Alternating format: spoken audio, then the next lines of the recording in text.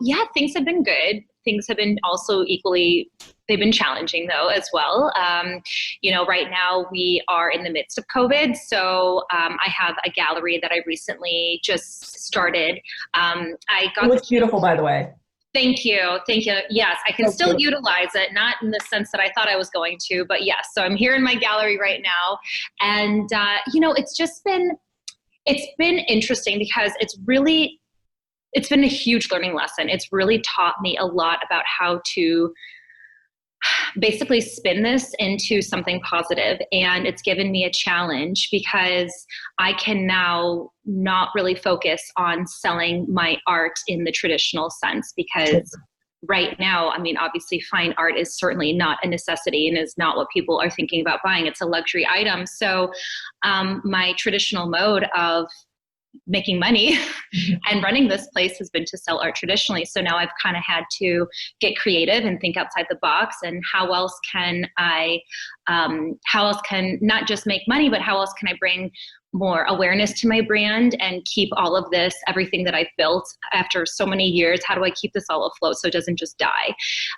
So it's been a challenge and it's been a big learning lesson, and I'm figuring it out along the way Sure. as everyone else is, right? So I know that I'm certainly not alone, and everybody's definitely facing this in their own personal regard. So Yeah, so why don't you tell us a little bit about your career journey? So, did you go to college for art? Has this always been your passion? yeah, so as far as the journey goes, it's funny. I've always been. We'll just take you back a little bit farther. So I've Yeah, always been. I like the Wayback Machine. Like, what did you Oh, do in okay, all right. college? Well, yeah. We still got a little time. So, all right. So, yeah, if you go way back, I mean, I've always been a creative at heart. I've always been an artist at heart. I always loved creating, always loved making, inventing, building. And so I really gravitated towards my art classes in school. Sure. So those were always the classes that I was the most excited to be in. Those were the classes I excelled at, especially come high school when, art, it was an elective then. So I got to Yeah. like make the choice to, do you want to do this or do you want to do that? And I would always gravitate towards the creative classes.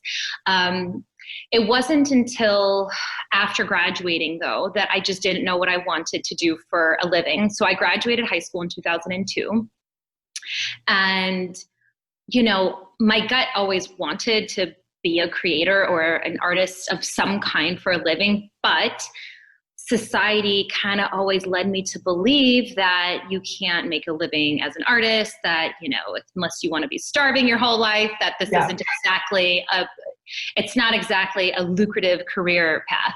And so I started looking at other types of careers where I could still be creative. So I dabbled in interior design because, just that's all visual and it kind of all ties into creativity.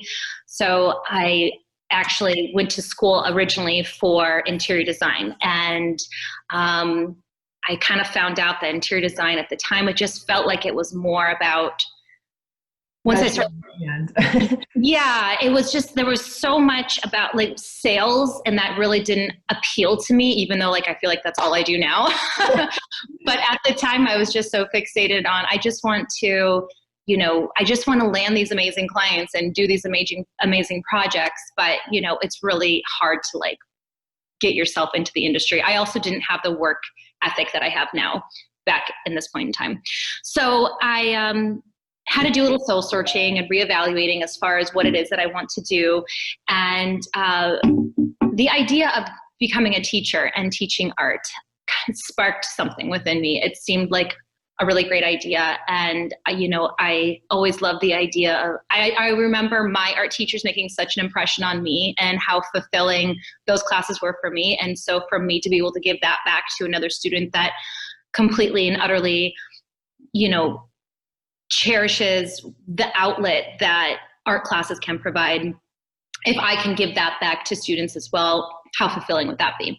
So this is when North Central came into play.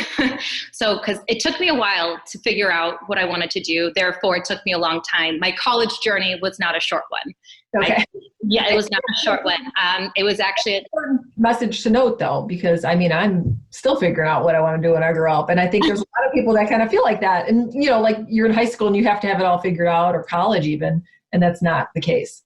it was certain, I mean, and for those that it is, like my hat goes off to them, because I think that it's really hard when you're that young to just have it all figured out. And so for me, it took me a good 9 years. So I stretched out my college days.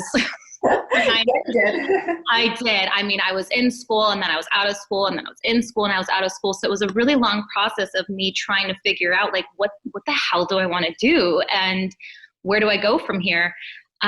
So I enrolled at North Central, I believe it was in 2009. And this is when it's like, okay, I have a plan and it feels really, really good. And so that's where I started taking my classes for both education and for art. So I had all my fine art courses as well as my education courses. And are you doing art like along the way, just on the side for fun during this time? Yeah, I mean, I was kind of always doing my own projects. So I had my own little creative projects on the side that I would be doing, nothing to make money, just, it would be more crafty things, it'd just be like, I loved upcycling things. So I loved taking, something that would otherwise be thrown in the garbage and turn it into something. Like I got in a phase where I was doing a lot of art projects with wine corks, and I even used toilet paper rolls, and I don't know, it was just silly, crafty things. Yeah. And not silly. Well, it wasn't really serving me any purpose other than just fulfillment of being creative, really. Yeah. And so where was I? So I was, I enrolled at North Central and I started taking my courses in education and fine art. And all of my art courses at North Central actually kept me very busy creatively, because I was either working in the studio at the school or I was bringing my projects home and constantly working and creating. And this just opened up a whole nother realm of creativity for me. And I really, really embraced it and I really loved it. So funny enough, after 9 years of college, I finally graduated, and it's like, I've got the certificate, I can get a classroom, I can finally work. However, I wasn't able to utilize it because my husband, who is also Canadian, he had just gotten a job in Toronto, so back in his hometown. So we were to move, and that meant that moving to another country meant that I could not legally work. So I had this new degree. You have it all figured out. Yeah. No, exactly. So just when I thought I had it all figured out, that is when I couldn't utilize what I had gained. Yeah. And so we moved to Toronto. And in order for me to start working, I had to apply for a permanent residency. And the permanent residency, however, took 2 solid years to come through. So it's a very, very long process, at least it was in my case. And so for those 2 years, I couldn't work. So I was, I was a nanny under the table, just kind of making cash under the table because like I still have to make a living. And then I was making art. So we got this adorable little brownstone apartment in downtown Toronto, and there was this bonus room. It was a little sunroom, actually. And in the sunroom, it was only, I think, 8 feet by 8 feet. It was teeny tiny, but that was where my little studio was. And I was just creating and creating and creating, except now this is when social media comes into play. So now, I'm more active on Facebook. So this was back in 2011. So I was more active on Facebook, obviously. Facebook had been, sort of in the scene for a while. But Instagram just kind of came out, or not came out, but that's when I joined it at least. So yeah. I jumped onto Instagram in 2011.